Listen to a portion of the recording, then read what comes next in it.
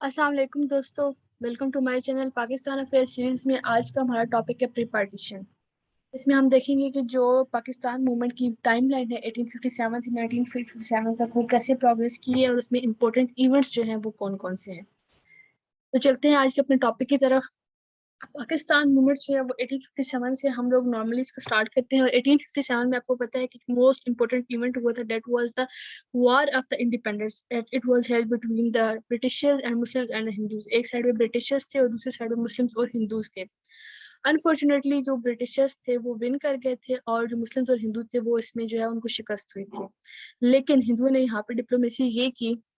کہ اس وار کا جتنا بھی رسپانسبلٹی تھی وہ ساری کی ساری مسلمانوں پہ ڈال دی، اور برٹشرز نے اس چیز کا بدلہ لینے کے لیے جو ہے مسلمانوں کو جو ہے ان کے انسٹیٹیوٹ سے نکال دیا، ان کے ایجوکیشن انسٹیٹیوٹس بند کر دیے، ان کی جابس جو ہیں وہ ختم کر دیے۔ مسلمان جو ہے وہ بہت بری کنڈیشن کا جو ہے نا وہ شکار ہو گئے۔ سر سید احمد خان نے جب مسلمانوں کی یہ بری کنڈیشن دیکھی تو انہوں نے ایک علی گڑھ کے پلیٹ فارم پہ جو ہے وہ تمام مسلمانوں کو کلیکٹ کیا اور ان کو بتایا کہ کیونکہ وہ فزیکلی اتنے اسٹرانگ نہیں ہے کہ وہ جو ہے وہ اپنے لیے جو انڈیپینڈنس جو ہے وہ گین کر سکے یا جو ہے نا وہ برٹشر سے لڑائی کر سکے، سو ان کے لیے بیسٹ جو ہے وہ یہی ہے کہ ایک تو یہ کہ وہ ویسٹرن ایجوکیشن حاصل کرے، دوسرا یہ ہے کہ وہ برٹشر کے ساتھ جو ہے وہ انوائرمنٹ آف ٹرسٹ ڈیولپ کرے تاکہ جو ہے وہ اپنی جو ان کی پولیٹیکل اکنامیکل پاور ہے اس کو ری گین کر سکیں۔ سو سر سید احمد خان نے جو ہے ان کو بیسیکلی ایک جو میسج دیا تھا that was about to cooperate with the Britishers. دوسری سائڈ پہ دارالعلوم 1886 میں جو فارم ہوا اس کا بیسک کام جو تھا وہ اسلامک ایجوکیشن تھا۔ دارالعلوم کے پروپیگیٹرز تھے، ان کا یہ کہنا تھا کہ جو سر سید احمد خان ہے انہوں نے مسلمانوں کو سمپلی ویسٹرن ایجوکیشن پہ لگا دیا ہے، جس کی وجہ سے وہ اسلامک ایجوکیشن اسلامک ویلیو سے اوے ہو رہے ہیں، تو ہمیں اسلامک ایجوکیشن پہ کام کرنا چاہیے۔ سر سید احمد خان نے جو ہے مسلمانوں کو کیونکہ ویسٹرن ایجوکیشن پہ لگایا ہے اور اسلامک ویلیوز پریزرو نہیں ہے، دیٹس وائی جو ہے اسلامک ایجوکیشن نیسیسری ہے مسلمانوں کے لیے۔ سو یوں اس سوسائٹی میں جو ہے وہ دو سیگریگیشن مسلم یونٹی جو تھی وہ ڈیوائڈ ہو گئی، دو سیگریگیشن ہو گئے، ایک علی گڑھ پلیٹ فارم میں آ گئے اور ایک دارالعلوم میں آ گئے۔ لیکن 1892 میں ندوۃ العلماء جو ہے یہ بنایا گیا۔ ندوۃ العلماء کا جو بیسک آبجیکٹو تھا وہ یہ تھا کہ promote English and Islamic education.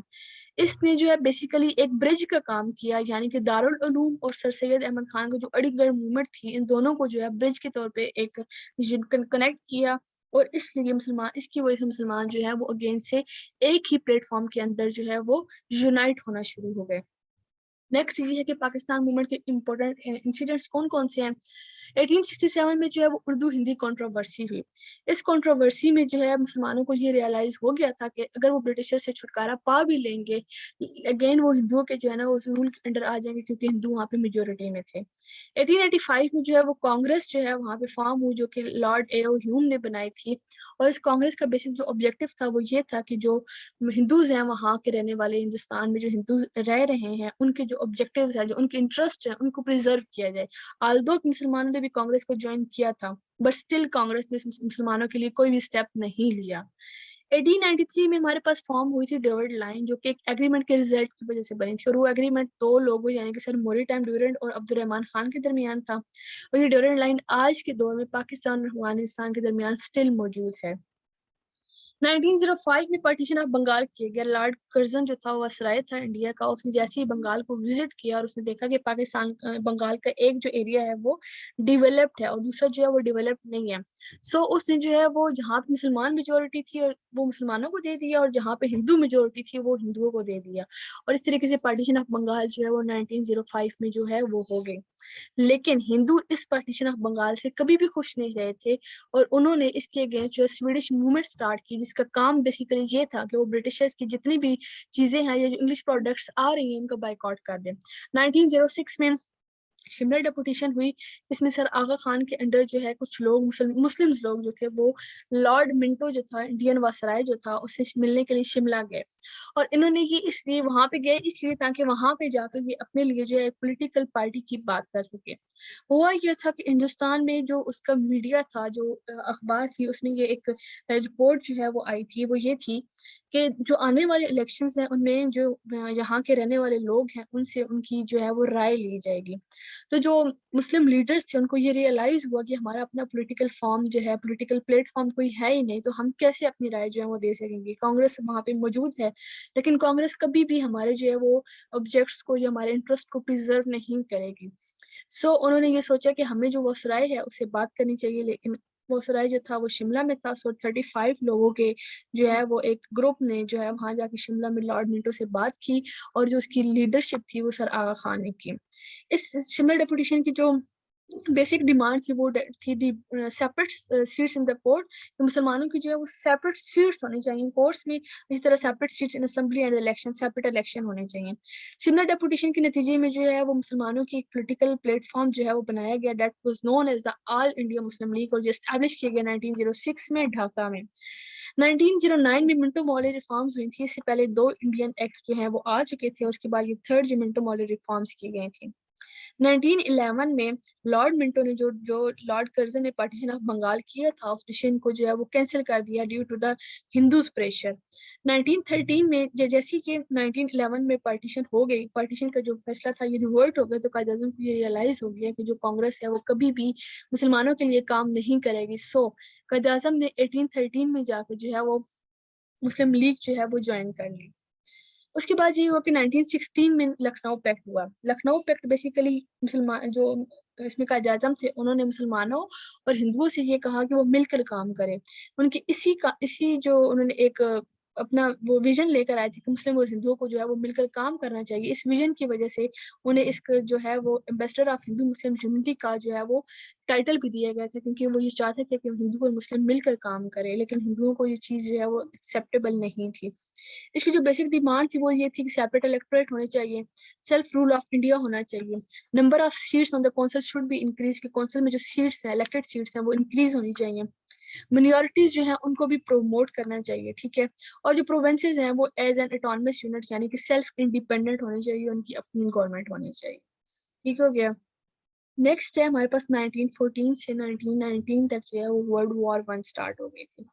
Us world war میں جو ہے وہ آٹومن امپائر جو ہے اس کے اگینسٹ جو تھے برٹشرز تھے، اور ہندوستان کے مسلمانوں نے جو ہے وہ برٹشرز کو یہ کہا تھا، ان سے یہ وعدہ لیا تھا کہ اگر وہ جیت جاتے ہیں تو وہ کبھی بھی جو ہے وہ ان کے اگینسٹ نہیں جائیں گے، یعنی کہ آٹومن امپائر کو وہ توڑیں گے نہیں. انفارچونیٹلی جیسے ہی وہ لوگ جیت گئے تو انہوں نے خلافت عثمانیہ کو توڑ دیا، اور وہاں پہ جو ہے وہ خلافت موومنٹ مسلمانوں نے اسٹارٹ کر دی. اور خلافت موومنٹ میں جو ہے وہ انڈیا کا ساتھ انہوں نے دیا تھا. خلافت موومنٹ میں جو ہے وہ ہندوؤں نے مسلمانوں کے اس لیے ساتھ دیا کیونکہ ایک رولٹ ایکٹ پاس ہوا تھا جس میں انہوں نے یہ کہا تھا، برٹشر کو جو basically forefather of rule of law بھی کہا جاتا ہے، لیکن رولٹ ایکٹ انہوں نے ایک ایسا ایکٹ پاس کر دیا جس میں انہوں نے یہ کہہ دیا کہ اگر پورے ہندوستان میں کوئی بھی شخص چاہے وہ مسلم ہو، ہندو ہو یا سکھ ہو، اگر وہ برٹش کے اگینسٹ جو ہیں وہ کوئی بھی کام کر رہے ہوں گے تو اگر ان پہ شک بھی ایون کیا جائے گا تو وداؤٹ اینی کورٹ جو ہے ان کو پنش کیا جائے گا. اس کی وجہ سے اس رولٹ ایکٹ کی وجہ سے جو ہے وہ قائد اعظم محمد علی جناح بھی ان سے ناراض ہوئے تھے، اور جو انڈین تھے وہ بھی اس سے ایگری نہیں کرتے تھے. دیٹس وائی انہوں نے خلافت موومنٹ میں مسلمانوں کا ساتھ دیا تھا. اور اسی طرح سے انہوں نے سکھ کے جو بہت سارے لیڈرز تھے ان کو مار دیا تھا، لیکن جو 6 لیڈرز تھے انہوں نے مل کر اپنے ریلیجیس ایونٹ جو ہے وہ کیا تھا جلاوالہ باغ میں، اور اس کو جو ہے 1919 میں یہ بھی ہوا تھا. 1919 میں ایک اور بیسک جو سسٹم انٹروڈیوس کروایا تھا برٹشر نے، دیٹ واز اباؤٹ ڈائارکی سسٹم، یعنی کہ انہوں نے کہا تھا کہ جو آنے والے الیکشنز ہوں گے، یہ جو آج کے بعد گورنمنٹ بنے گی، اس میں ہاف جو سیٹس ہوں گی وہ سلیکشن ہوں گی اور ہاف سیٹ جو ہوں گی وہ الیکشن ہوگی. اور اس میں انہوں نے بائی کیمرا لیجسلیشن کو بھی انٹروڈیوس کروایا تھا. 1922 میں انسیڈنٹ آف چورا چوری ہوا تھا. اس میں یہ تھا کہ خلافت موومنٹ میں چونکہ ہندوز جو ہیں، گاندھی جو ہے وہ ساتھ دے رہا تھا، لیکن چورا چوری میں جیسی آٹومن امپائر ٹوٹی تھی اور مسلمان جو ہے وہ وائلنٹ ہو گئے تھے، انہوں نے چورا چوری میں جا کے وہاں پہ ایک پرتشدد جو ہے وہ کام کیا تھا. انہوں نے ایک تھانے کے ارد گرد جو ہے اس کو قبضے میں لے کے اس کو آگ لگا دی تھی، اور ان کی وائلنٹ ایکٹ کی وجہ سے گاندھی نے جو ہے یہاں پہ ان کا ساتھ خلافت موومنٹ کو جو ہے یہاں پہ چھوڑ دیا تھا. اور جیسے ہی وہ چھوٹ گئی تھی اس کے بعد خلافت موومنٹ بھی فوراً سے اینڈ ہو گئی تھی. 1923 میں خلافت موومنٹ بھی اینڈ ہو گئی تھی. 1919 سے لے کر 1923 تک خلافت موومنٹ جو ہے وہ چلی ہے. 1927 میں سائمن کمیشن آیا تھا جس کا کام یہ تھا کہ جو آل انڈیا میں جو ہے وہ چل رہا تھا، ایک ان کا پراپر ایک گورنمنٹ سسٹم چل رہا تھا، اس کو انالائز کرنا اور اس پہ رپورٹ دینا. سائمن رپورٹ جو ہے 1930 میں پبلش ہوئی تھی. لیکن انہوں نے یہ کہہ دیا تھا کہ آتے ساتھ یہ کہہ دیا تھا کہ جو سسٹم جو ہے برٹشر نے یہاں پہ انٹروڈیوس کروایا ہے وہ یہاں پہ کسی طور پہ بھی کامیاب نہیں رہا. دیٹس وائی یہاں پہ ایک نیو ایکٹ جو ہے وہ ہونا چاہیے. لیکن یہاں کے جو رہنے والے لوگ تھے انہوں نے یہ کہا تھا کہ ہم جو ہے وہ برٹشرز کے جو ایکٹ ہے اس کو نہیں مانیں گے, ہم اپنا ایکٹ دیں گے. اسی وجہ سے جواہر لال نہرو نے 1928 میں ایک رپورٹ پبلش کی تھی, اور اس رپورٹ میں جو ہے وہ پیورلی جو ہے وہ ہندوازم جو تھا اس کو جو ان کی جو ڈیمانڈ تھی اس کو جو ہے پروموٹ کیا گیا تھا. لیکن قائد اعظم محمد علی جناح نے ان کی اس رپورٹ کو ڈینائی کر دیا تھا, اور 1929 میں جو ہے وہ 14 پوائنٹس دیے تھے. بٹ انفارچونیٹلی جو قائد اعظم نے 14 پوائنٹس دیے تھے ان کو جو ہے وہ ہندو نے ایکسیپٹ نہیں کیا, جس کے نتیجے میں جو ہے 1930, 1931 اور 1932 میں 3 راؤنڈ ٹیبل کانفرنسز ہوئی, اور 1930 میں خطبہ الہ آباد بھی ہوا جس میں علامہ اقبال نے یہ کہہ دیا کہ آنے والے ٹائم میں وہ آسام اور بنگال میں جو ہے وہ مسلمانوں کی میجورٹی کی وجہ سے ایک سیپریٹ ہوم لینڈ پہ دیکھ رہے ہیں. ان سب نہرو رپورٹ کا اعظم 14 پوائنٹ اور راؤنڈ ٹیبل کانفرنس کی ناکامی کے بعد برٹشر نے اپنا ہی ایک ایکٹ دے دیا کہ جو that was known as a government of the India act. اور یہ پاکستان کی ہسٹری میں بہت امپورٹنٹ ہے, کیونکہ پاکستان میں جب تک کانسٹیٹیوشن نہیں بنایا گیا تب تک جو ہے government of India act as an interim constitution جو ہے اس کو یوز کیا گیا.